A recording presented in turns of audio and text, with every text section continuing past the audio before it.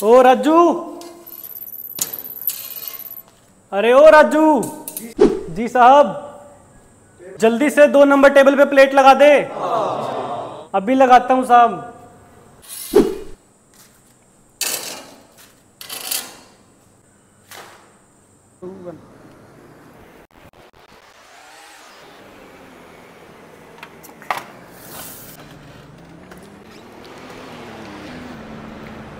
Sir क्या कर रहे हो?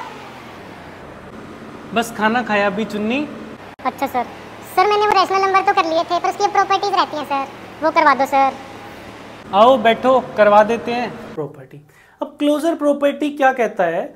देखो, अगर किसी भी रैशनल नंबर के अंदर या कोई भी हम 2 रैशनल नंबर को अगर हम जोड़ दें तो जो तीसरा नंबर आए वो भी रैशनल नंबर आए, तब हम कह सकते हैं कि वो क्लोजर प्रॉपर्टी को सेटिस्फाई कर रहा है। जैसे क्लोजर प्रॉपर्टी, रैशनल नंबर में हमें रैशनल जोड़ना है और चेक करना है कि अगर वो रैशनल आ जाता है तब हम कह देंगे कि ये सेटिस्फाई कर रहा है विद रिस्पेक्ट टू एडिशन। ये सिर्फ एडिशन के लिए। ऐसे ही सब्ट्रैक्शन में हम करते हैं, मल्टीप्लिकेशन और डिवीजन में भी हम यही करते हैं। तो एक एग्जांपल लूं अगर मैं, तो देखो, अगर 1/2 एक रैशनल नंबर है, p/q की फॉर्म में है, q नॉट इक्वल टू 0 है और pq इंटीजर्स है। 1/2 में अगर मैं जोड़ दूं 3/2, ये भी रैशनल है, ये भी रैशनल है। रैशनल नंबर में रैशनल नंबर जोड़ दिया तो क्या आ गया? 4/2। जब ये होता है बेस सेम लेते हैं और इसको जोड़ देते हैं, ओवरऑल कट क्या आ गया? 2। क्या ये p/q की फॉर्म में है? अभी q इसके नीचे बनाने के लिए हम क्या लगा देंगे? 1। तो हाँ, अब हम कह सकते हैं कि रैशनल नंबर में रैशनल नंबर जोड़ा तो क्या आ गया? Rational number. तो हम कह देंगे कि closure property of rational number with respect to addition वो सेटिस्फाई करता है। ठीक है जी। सेकंड केस में हम लेते हैं सब्ट्रैक्शन।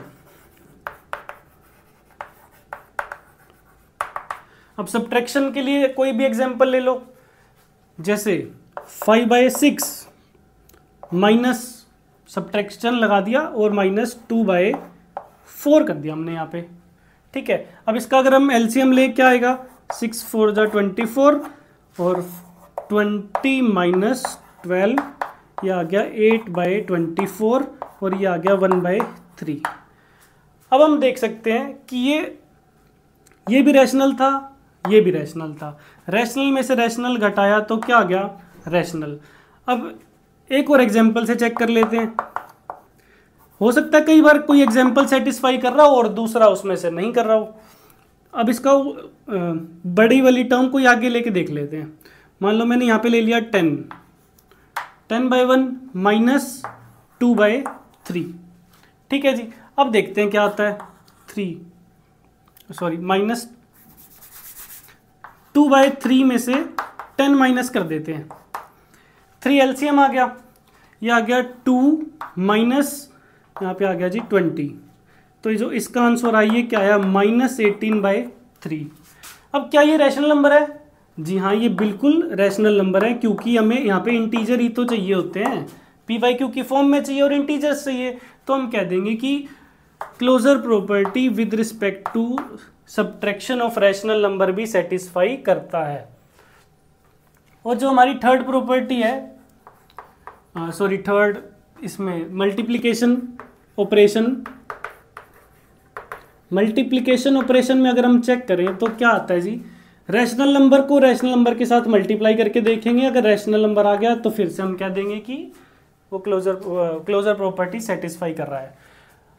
अब देखो, किसी भी नंबर, और यहाँ पे हमारे पास 0 जो होता है वो भी रैशनल नंबर होता है। अगर हम किसी में भी 0 जोड़ दें या घटा दें तो वो सेम ही रहेगा, तो मतलब तब भी रैशनल नंबर आएगा, तो उससे कोई फर्क पड़ेगा नहीं।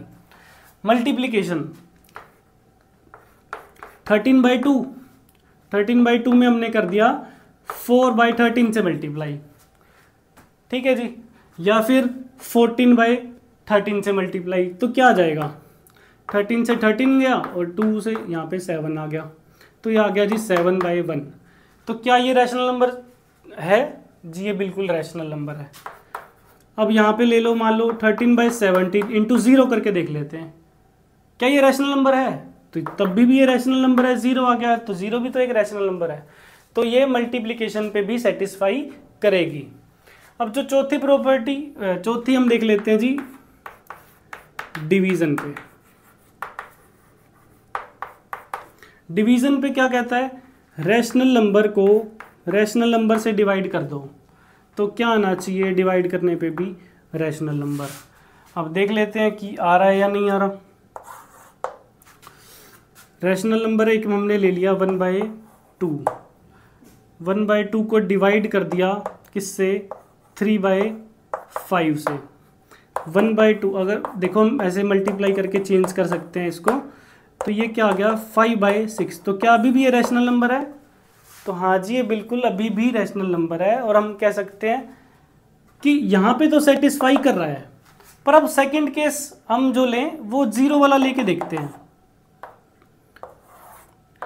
0 वाला क्या डिवीजन पे भी ये सेटिस्फाई करेगा, तो मैं यहाँ कर देता हूँ ऊपर थोड़ा सा।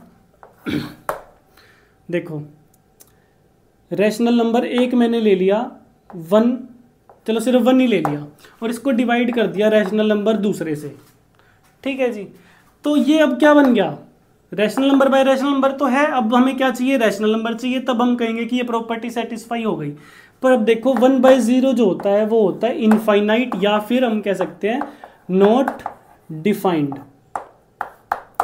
Not defined. तो इस केस में ये प्रॉपर्टी हो गई फेल, डिवीजन के केस में ये प्रॉपर्टी फेल हो गई। Closure property with respect to addition tick थी, with respect to subtraction tick थी, यस था, और विद रिस्पेक्ट टू मल्टीप्लिकेशन यहाँ भी टिक थी। जहाँ पे हमने 0 से चेक करा तो 0 आ रहा था, और जबकि 0 एक रैशनल नंबर है, पर डिवीजन में आके ये प्रॉपर्टी हमारी फेल हो गई। तो अब हम अगली प्रॉपर्टी पे चलते हैं जो है कम्यूटेटिव प्रॉपर्टी।